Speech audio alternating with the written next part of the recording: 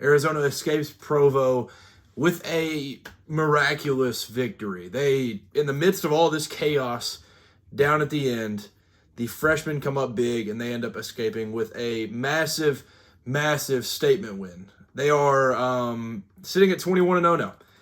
Unbelievable run, and they get, I mean, this is the toughest game on their schedule to this point, and they get out with a win.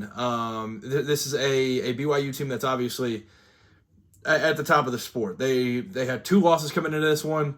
They've been the Texas Tech one, the UConn. Like, they don't lose at home. The Marriott Center was rocking tonight as always, and it was, I mean, rocking even when they were down. Coming back from down 19 was very, very impressive by BYU, and I want to highlight them before I talk about Arizona and where they're at in my mind right now because it's incredible.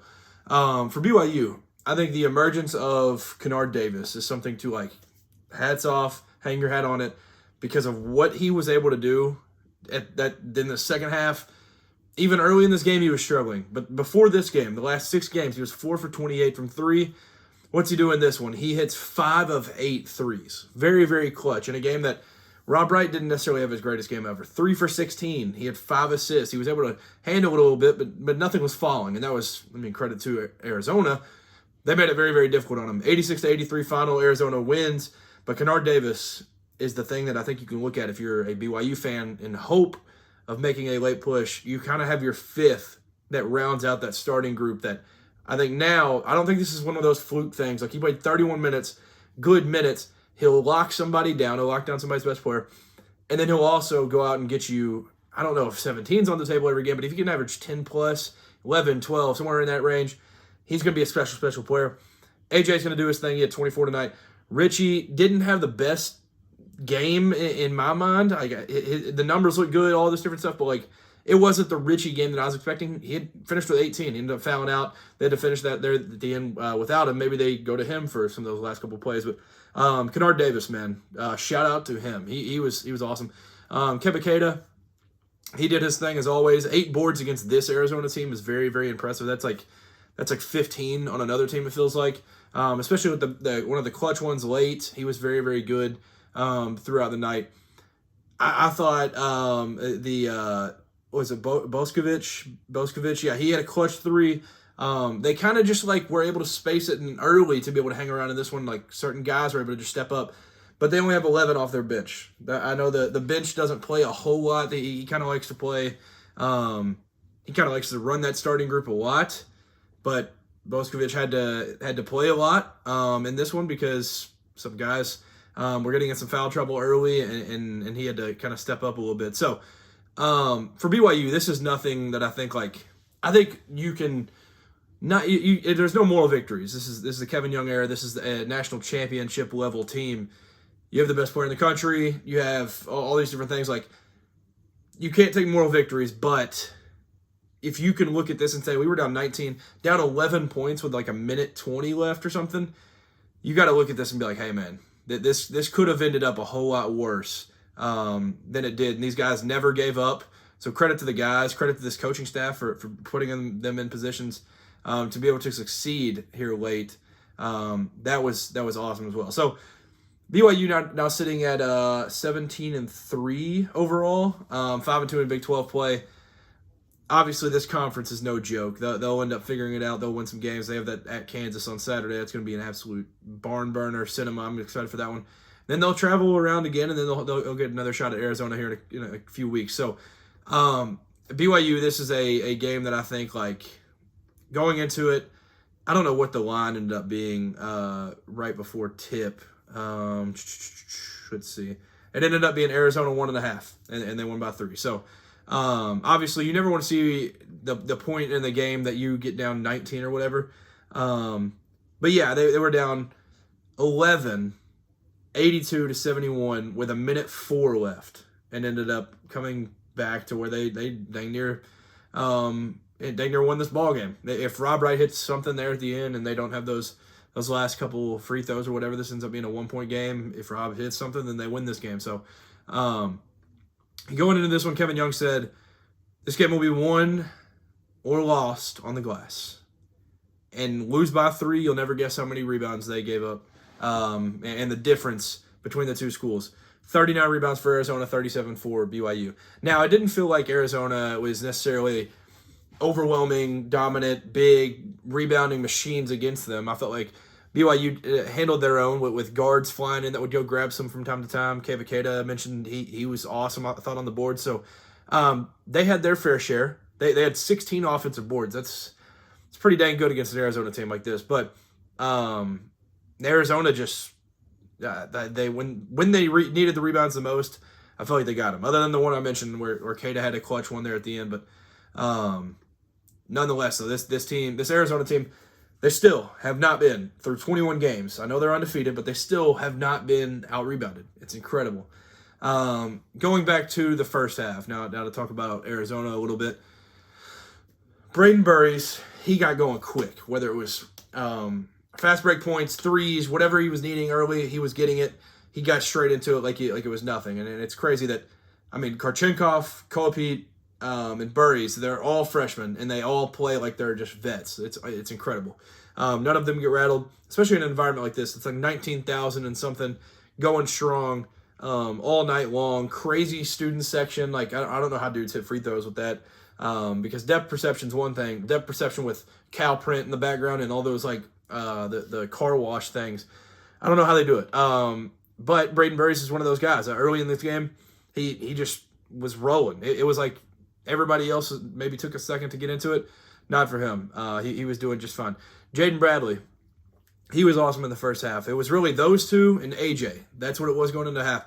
At halftime, Braden Burries and Jaden Bradley combined for 36. The rest of the team had 8. They were 14 for 22. They were extremely efficient. Braden Burries ended up being 13 for 14 from the line, 2 for 3 from 3, 7 for 13 from the field. Like, this kid, absolute nails. He had 3 steals, 4 assists, 5 rebounds. The kid's unbelievable. Jaden Bradley, one of the best closers in the game, which is crazy to think about now that, I don't agree with it, but he got called for a foul late. When he's known as the best closer in the game, those guys do everything in their power to be able to close a game out and win it. There at the end, he gets that foul call, and it kind of flips things right away. So that was shocking to me. But other than that, he was hitting free throws late. He was doing all these other things that he always does. He hit the really, really clutch 3 that I think got them up like 14 when BYU was rolling, got it to 11. He hit a clutch 3, so he was good all night. But their halftime numbers were lucrative, 36 points combined. So that duo was crazy. AJ, he was absolutely losing his mind early. He was doing anything he wanted, scoring in unbelievable fashion. Then they started to double him, and then they started to just throw different guys on him and stuff. And there at the end, Kolopet was on him on that final possession. And honestly, on the one where he tried to get downhill, Kolopet did not foul him. They know each other very, very well from playing over the years. But Kolopet played great defense on that one. On the final play where Rob Wright goes and tries to get downhill to get something, he's also sitting there, Kolopet, face guarding AJ. Like, that was just what AJ had done all night. There was no stopping them. I feel like Arizona went into this thinking like, all right, we have some really good perimeter defenders. We have some good man-to-man guys. We're not going to switch these things. We're just going to fight over everything. Like, we'll end up figuring it out. I don't think they expected AJ to absolutely pop off and be the best player that they've played to this point. Arizona had their hands full, and they had to end up making adjustments to slow AJ down a little bit. He still got 24, so he was still getting it going. But this Arizona team, man, they are just so deep. And that's the thing that I mentioned, like BYU, it felt like early it was a very, very good game. It was back and forth. BYU would take leads, it'd go back and forth the entire time. And then it felt like the second half, they come out hot, and then it starts to kind of wear on them. Like I said, there were 6 guys tonight that played more than 20 minutes for BYU. That's just... Like, there's 3 that come off of Arizona's bench that make it they come in and they don't skip a beat.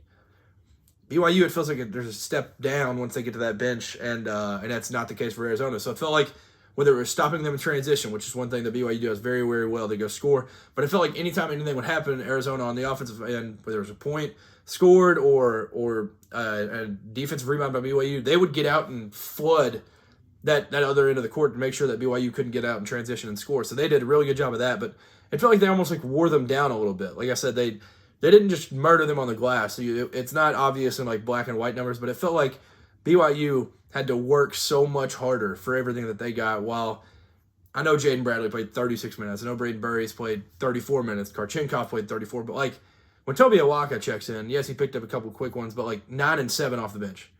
And credit to him, taking the role of, like, stepping back, being a bench player when you started, I think it's like 30 of 37 games last year. Credit to him. He's an absolute freak of nature. He was awesome. But then they'll have DeOrso come in, and like last game he played really well. This game not so great, but he comes in and plays really good minutes. Aristode, I thought he was really good there for a stretch. Like he was awesome. So they have like just depth. They're so deep that it just stops everything. And it's crazy to think that like Koa Pete, a guy that played 26 minutes tonight. Yes, we know him because of like the night one. He was a highly rated recruit and all this different stuff. But like they can go to him late, and he had that dagger that I thought was the dagger with like just under 3 left, where it looked like they were drawing up some out-of-bounds play for Braden Burries to get around in something. And then BYU's physicality kind of stopped that. And so they just tossed it into Koa Pete, and he just dribbles over like the elbow, hits a fadeaway mid-range. It was unbelievable, that type of shot to go in like that. It's crazy. They're just so deep, and there's zero answers, I feel like. They have an answer for everything, and you can't answer what they do. It's like they don't need Burries and Bradley to go off. Like one of them could go off, and obviously it's hard to say like 86, 83 if one of them doesn't go off in this like fashion. I mean, Burries 29, Bradley 26.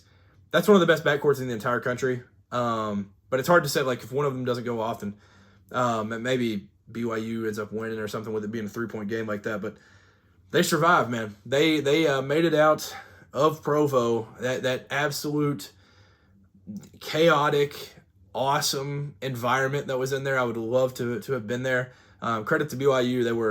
They were awesome, and they were rocking all night, but just not enough, man.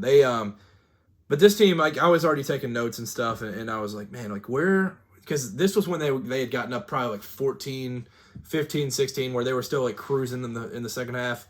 And I've heard some people on Twitter, and one of my boys said that like Arizona got this game taken from them by the refs. I don't think it was necessarily that. I think the jump ball late, I think that was the correct call. I think that was, I mean, I don't know if there was a foul that you couldn't really see from, but all the angles that I had seen on the broadcast, like that looked like just a clean jump ball. BYU, just credit to them. But the Bradley call, maybe that one's tough, but like you can't let them get all the way back in this. There were some bad shots. There were 2 times late that one was Karchenkov getting downhill, landed in, then Bradley, that 3 that I mentioned that was like almost a dagger. They shut up that crowd a few times, but just not enough. They just did not get it enough. Time was their friend, and they didn't value it enough, in my opinion. So, but I was already in the second half when they were cruising up like 15. I was already like putting in my notes. I was like, man, like where does this team rank all time? Because they really might just not lose. Like they were up 13 in the first half, and I looked over and I said, like, are they just really not going to lose? 21-0, 8-0 in Big 12 play. And I know this is this part of the schedule that gets tough, but they already have the wins of like a all-time team. Florida. Then they have UCLA, at UConn. I know there were some injuries involved there, but like still, it's at UConn. Auburn, Alabama. Now they've been rolling in Big 12 play, and I know they've got some tough ones coming up soon. They've got the at Arizona State one. Any rivalry game, it's never just going to be a walk in the park. Like the last one, they won by 7 at home, so it's never going to be easy. Oklahoma State, they'll always just, I feel like they're bound to just give some really, really top team a whole lot of work. At Kansas, it's going to be tough. Texas Tech, they have BYU again. They have at Houston, at Baylor, Kansas, Iowa State. Like they're going through a gauntlet now. But it was going through my head tonight, like where do they rank all time if they just keep going through this? Like even if you give them losses that you think there's a chance that they're an underdog in, I think maybe at Houston, I don't think they're going to be a favorite over Iowa State. That's a 30-1 regular season record. If they just lose the one that they might be an underdog in, it's unbelievable. I don't see them losing more than like 2. So that's 29-2, overall number 1 seed. Like they are unbelievable. There's the depth. Everything is crazy. This team is built to make a crazy, crazy run. And I'm still a fan of BYU. I still think they are going to win a lot more ball games. And if I did the same thing for them, where say they just lose the games that they're underdogs in, maybe they're underdogs to Houston here in a couple weeks. I think they'll probably be the favorite. I would guess they'll be a favorite at Kansas. I don't know. But let's just say for the sake of the argument, they're an underdog. If they lose at Kansas, if they lose at Arizona, and they lose to like Iowa State, I mean, I don't think it's crazy to they could be an underdog to Texas Tech. I don't know, but like that's 4. Like they'll probably steal a couple of those. Like this team is gonna finish with like 26-5, year 2 of KY. Like they're gonna be in prime position to make a run once again in March. This is a team that no point in hanging your head down. Like this was just a fantastic ball game, a really really good game, and I mean you got one of the best players in the country. Richie Saunders is not going to play. I mean I think it wasn't his best tonight. He finished with 18, so it's hard to say, but like he'll play a lot better than that. Rob Wright's going to play a lot better than that. Kennard Davis, that emergence is what gets me very very excited about this team. What the future looks like, because I don't think that's come and go. That's here to stay. I'm very excited about that. So BYU, heads up. Arizona, hats off to you. Like, congrats. If you want to comment below that you think the refs absolutely robbed you and they tried to do all that they could to give BYU the win, doesn't matter. Pour one out tonight. You won the ball game. Say whatever you want. It does not matter. Great win in a very, very crazy environment. 18 scouts in attendance. That's the type of caliber we were talking about. And in that game also late, I was thinking, I want to say it might have been Shambi. I don't remember which commentator was talking about it, but they're like, Jaden Bradley's going to figure out a way to be on an NBA roster. And I was like, there's a lot of NBA players in this game. Karchenkov, Burries, Bradley, I think both of them are. Koa Pete obviously is.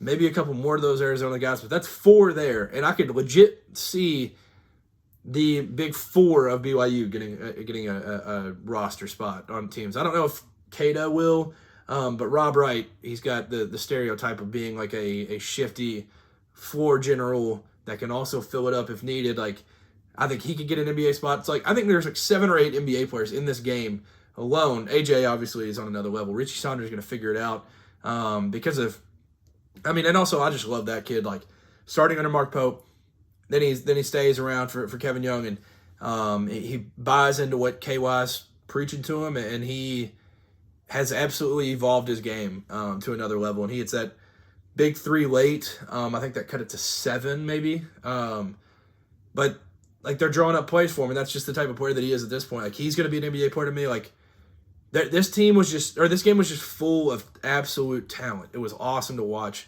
Arizona BYU 86-83. Big time win for Arizona. BYU a lot ahead, and you get a chance to get Lick back in a couple weeks, so you can look forward to that. The other game of the night, and I know there were some other games. I apologize. I was really locked in on the 2. Number 20 Louisville goes to Duke for the rematch. They had already played a couple weeks back, and Louisville lost that one at home 84-73, blowing I think a 12-point lead. And that one, it was another tough one for them. But both these teams came out early, firing. It was awesome. It was back and forth the whole time. It was like, man, how is he open? How's this guy open? How's this guy open? They kept rolling. And then it was kind of, here comes Duke. And it was defensively primarily. I put in my notes just bad first half out of Michael Brown. 0 for 8, 0 for 4 from 3, had 2 points at half. And that was a big credit to Duke because of how they handled everything that they had done with him. But Ryan Conwell, one of my favorites in the game, and Javon Hadley were balling out at half. They had combined for another big margin. Ryan Conwell finished with 18, and Javon only finished with 11. I want to say he had like 9 at half. They got shut down in the second half. That's the best way to put it. Duke defense was crazy. They went on a 9-0 run to finish the half, and that was it. I mean, I think they lead the country. Actually, I want to say it's either them, Michigan, or Arizona. And credit to Evan Miyakawa for doing all his work. He's incredible. One of them leads the country. I think he said that this was Duke's 24th kill shot, which is a 10-0 run. They had come out of the half, and I think it had a 10-0 run immediately. But they're just unbelievable. They are absolutely incredible. They were up 10 at half, and finished with that 9-0 run. So yeah, they're just the Duke defense is just like the Duke defense of old, where it was like, you're just not, we just decide you're not going to score, and that's just what's going to happen. And they have the firepower that I think is there for the long run. Like Isaiah Evans, Showtime Slim, like he's a special player. He finished with 15, but it's the way that he gets them that like gets me fired up about like what this team could end up doing in the tournament. Like if you can turn to that guy, like he's already hit some daggers and some good shots there. There in the end, like of other games and stuff, but like he's part of the reason that they just like, blew this lead up. It was crazy. He was awesome. He finished. I think he had 13 in the first half. He only had 2 in the second. But yeah, I mean he's averaging 19 points in his last 7 games. Like he's figuring it out. Like he already kind of figured it out going into year 2, but now in the last 7, averaging 19. He's going to be some guy to watch here towards the end. Cam Boozer, he was just a man amongst boys once again. This was the thing that, like last time I had looked at this game and I was like, all right, Boozer's going to finish with like 25 rebounds. I think he had like 8 or 9 last time. He had 10 in this one, but he had 19 and 10, and it was just kind of one of those things where it was like, all right, well, Duke needs a bucket. Just feed the post, and if Louisville doesn't come over with a double or somebody doesn't beat him at midline, he's just going to go get a bucket, and that's essentially what happened. So Cam Boozer did his thing again. He was awesome. I thought Caleb Foster was incredible all night, along with Isaiah Evans. Like that duo was great. Patrick Gamba, this kid right here in the second half, if you can get any small ounce of this Duke team is completely on another level. Like they win 83-52. I didn't even mention that yet. Like they win by 31 points. But a big part of that blow up and the run in the second half is Patrick Gamba. He finished with 5 boards, very, very impactful boards, 15 points. He was incredible. And he had the 1 block, but he's one of those guys that I wish, like tonight, for example, and Boozer, there's some guys that I wish you could just like look and see the like the NBA has some stat that says like it's the Rudy Gobert stat, that's what I think of, where it's like basically just shots altered. That's kind of what it says. And if you could just see what he was able to do physically and just to completely shut down these Louisville bigs, there, I mean, you got to be very, very excited about that. He was awesome. Nick Kaminya, 14 points in the second half. I don't know if that's going to be something of like consistency, if that's going to actually be a thing going forward. I tend to doubt that because he averages 5. But this kid, I mean, he's got enough to do it. Like he was a highly ranked recruit for a reason, but he took over in that second half. He was awesome. He was jumping passing lanes and going to dunk one. He was hitting threes. He was awesome. He went 3 for 4 from 3. So good stuff out of him. He was awesome to see. But Michael Brown was kind of the story because like they were out. I think they were 4-4 without him or something. It was kind of like get Michael Brown back, and he comes out against, I think they played Virginia Tech Saturday. And he came out 20 ball straight back to it. Nothing changed. They won by a comfortable 14. I mean, Virginia Tech hit some threes and stuff that were just like kind of weird. But then you have Michael Brown come out tonight, 7 points, 1 for 13, 1 for 7 from 3. He just wasn't very good. Like he just wasn't hitting shots. He was extremely uncomfortable all night. Duke just got up in him and just ruined his night completely. And there was one possession towards the end of the game that just kind of popped in my head of like, how in the world do you beat Duke if you're only like a 2-man show? He had the ball, or no, I think it was Conwell had the ball or something. They were trying to get something for Michael quick. I want to say they set a ball screen and it was like, I think it was Caleb Foster on him maybe, and then it switched to Dame Sarr. And then he rips and tries to get downhill, and somebody steps over and he kicks it to Woolley. And like Wooley's not, he's not the best player in the world. We'll just put it that way. He's a good transfer to pick up, but he kicks it to Woolley and he misses. Like, and it was just kind of, that was the story of the game. It was like Michael's not getting it. Ryan Conwell is going to be there all night, be able to get his buckets. Like he was getting tough buckets. But then again, like nobody else is really able to answer. Like it's going to have to be. Isaac McNeely was another thing. Like he hit 2 threes. And the only ways that they would get anything is just like off of like offense rebound, kickouts and stuff. But like if you want to look at the rebound difference, that's very alarming. 47-26. And I know this Duke team is like big, great size, and everything. Like I was just talking about them. If they played Arizona, that rebound battle would be 55-15 or something. It would be unbelievable how bad they would get abused. And I think it's going to be the big difference in the tournament. That's why they're going to end up dropping again. They're 14-6, 4-4, and their one claim to fame win is Kentucky. Kentucky's not even ranked still. They won 5 straight, still not ranked. It's not a great win to hang your hat on. 4-4 in ACC play. It's ugly. And this isn't the ACC of old.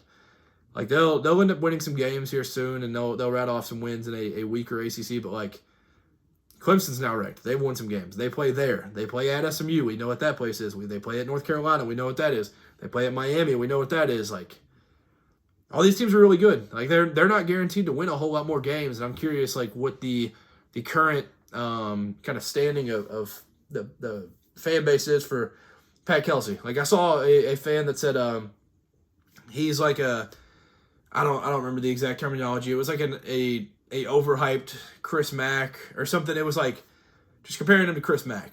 And then I've seen some memes of like you can't kill or you can kill the man but not the idea. And it was like Kenny Payne and Pat Kelsey. Like he's not to that level. But at some point it's kind of like, man, like the revival, yeah, it was cool and all, but like did it really revive the Ville? Because like Virginia Tech, pretty good team. It's a Saturday game. Louisville's a basketball town. Arena's not sold out. Then they go and they lose by 31 to Duke. Like, I don't think it's time to be searching for a new guy or anything, but like you've got to eventually win one big game. Like they haven't won a big game at all, and that's been the entire point of it. So I don't know where that fan base stands right now, but man, it can't be pretty because Louisville just continues to just kind of fall apart in these big games. But for Duke, best start through 20 games since the 2010-2011 season. 19-1 this year. Last year was 18-2. They had lost to Kentucky and Kansas last year. So the thing pops up in your head of like, all right, well, if this team's 19-1, last year's 18-2, the casual fan would be like, well, where do they rank against last year's team? Last year's team is completely different. This group is a completely new group. They lost 5 starters from last year. All 5 of those two of them are first and second for Rookie of the Year race. The other 3 play significant, or I don't know if Malawak does, but the other 2, Sion James and Tyrese Proctor, play legitimate minutes. And then the other 3 were top 10 picks. Like that group was like unbelievable. They're not that. We'll just put that as a blanket statement. I don't think Duke thinks that at all. I don't think they're in that boat that they think that that's the case. But they have the best player in the country, which is Cam Boozer. I know I said AJ Dubance, but like Cam Boozer is that dude. He's on a 19-1 team and he averages the most points in the entire country. He averages 10 boards a game. He averages 4 assists a game. He's shooting 59 or 58% from the field and 38% from 3. This dude is absolutely ridiculous. So they have the best player in the country. So if you have that, you obviously got to feel pretty good. But they also had that in Cooper Flag. So what do you have outside of that? There's Isaiah Evans. I think he's going to be really, really impactful. I think Gamba, if you can get this version, yes, you're going to look at a pretty confident team going down the stretch. I think he can be huge for you. Malik Brown, I didn't even mention him yet. He had 4 and 7. That dude right there, I mean, he had 2 steals. He had a few altered shots too. Like he was just big time. Defensively in that game tonight, he was awesome. Caden Boozer, I feel like game after game continues to figure it out. He had 7 points today. Like it feels like he gets more comfortable. He hits tough shots. Like he's just figuring it out. This team, they're not. At this point, we already knew when Duke was 18-2 last year. We're like, yeah, we're seeing something special. Like this team's absolutely ridiculous. Duke's not there yet, at least for me. I know a 31-point victory over the 20th ranked team in the entire country is a hard one to say. That I don't think Louisville's a top 25 team. Even with Michael Brown, I don't know if he's like favoring his injury or what's going on, but like they hadn't scored 74 with Michael Brown in the lineup, and they hadn't scored under 74 with Michael Brown in the lineup until tonight. They scored 52. And the 52, like, credit to Duke, like, they were a huge, huge impact for that, but, like, they weren't scoring 74 plus on most teams with how Michael played even tonight on not great defensive possessions for Duke. Like, they're just not very good. Louisville's not very good. But Duke, man, it's hard to say, like, oh, they're not last year's team. But also last year's team, like, they rolled through the tournament until the Houston game. And obviously, if you can get yourself in that situation, you probably win that 99 times out of 100. They unfortunately were in the spot where they were in the one of the 100. Houston, credit to them for that one, but, like, Duke, if they can get themselves in that situation again, I think they probably handle that completely different. And this team is, depending on the draw, I feel like this is a team that there's not many teams that I think can slow Cam Boozer down. Like Arizona's one of those teams I think. I don't know, Michigan I think could do it. Which that game is going to be even more fun now that when we get that because early in the year it was like Michigan's rolling everybody. They're just going to absolutely kill everybody. And now February 21st. We will get the number 3 team versus the number 4 team currently.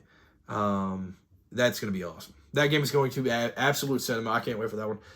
Extremely giddy about that one. But Michigan, Arizona, I thought in the preseason Purdue would be a team that could do that. There's not many teams that are even going to slow Cam Boozer down. And what they have without Cam Boozer is like still guys. Like if they all play bad, that's obviously a game that you end up losing in the tournament. But like if Amenya could come in, hit 2 shots a game, Isaiah Evans could do half of what he did tonight. Like he impacts the game in many ways. Like he's gonna be very crucial for this team down the stretch. Like they have enough.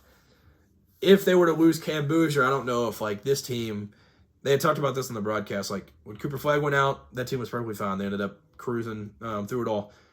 If this team lost Cam Boozer, I don't know about that. But this team as complementary pieces to Cam Boozer is where it really comes into play. And these guys, Cam Boozer, Cade Boozer, they just keep winning. They just only win. That's all that they do.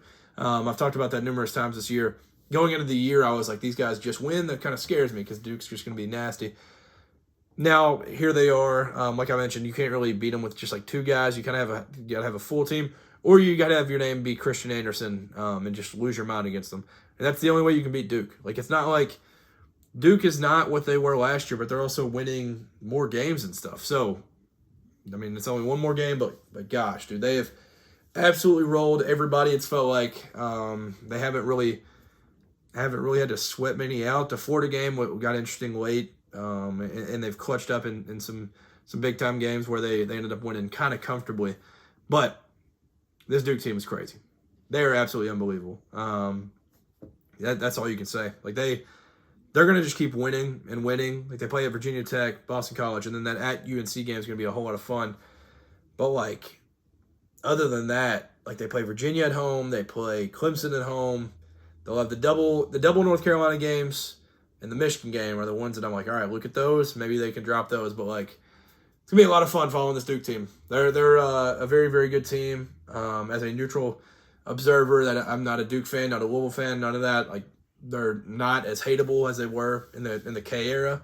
I'll put it that way. So they forced Louisville into going 5-20 from 2-point range tonight. So they're going to do that to a lot of teams. It's not just Louisville, but they're figuring it out, and it's scary to see how good this team is now. So I think that'll do it for this one. That was really the 2 primary games of the night. I know there were a lot more games, but these were the 2. There's a lot of good games tomorrow. Excited about that. I'll be back soon. But thank you for tuning in. If you're a fan of all these teams, let me know your thoughts on your current state after tonight's games and stuff. If you're not a fan and you're just a fan of college basketball and stuff, comment. I just want to talk to you. Talk to all you people. Talk to a few of you just about your teams, all this different stuff. I enjoy talking through the comments and everything. It's a lot of fun. Thank you for tuning in. Peace.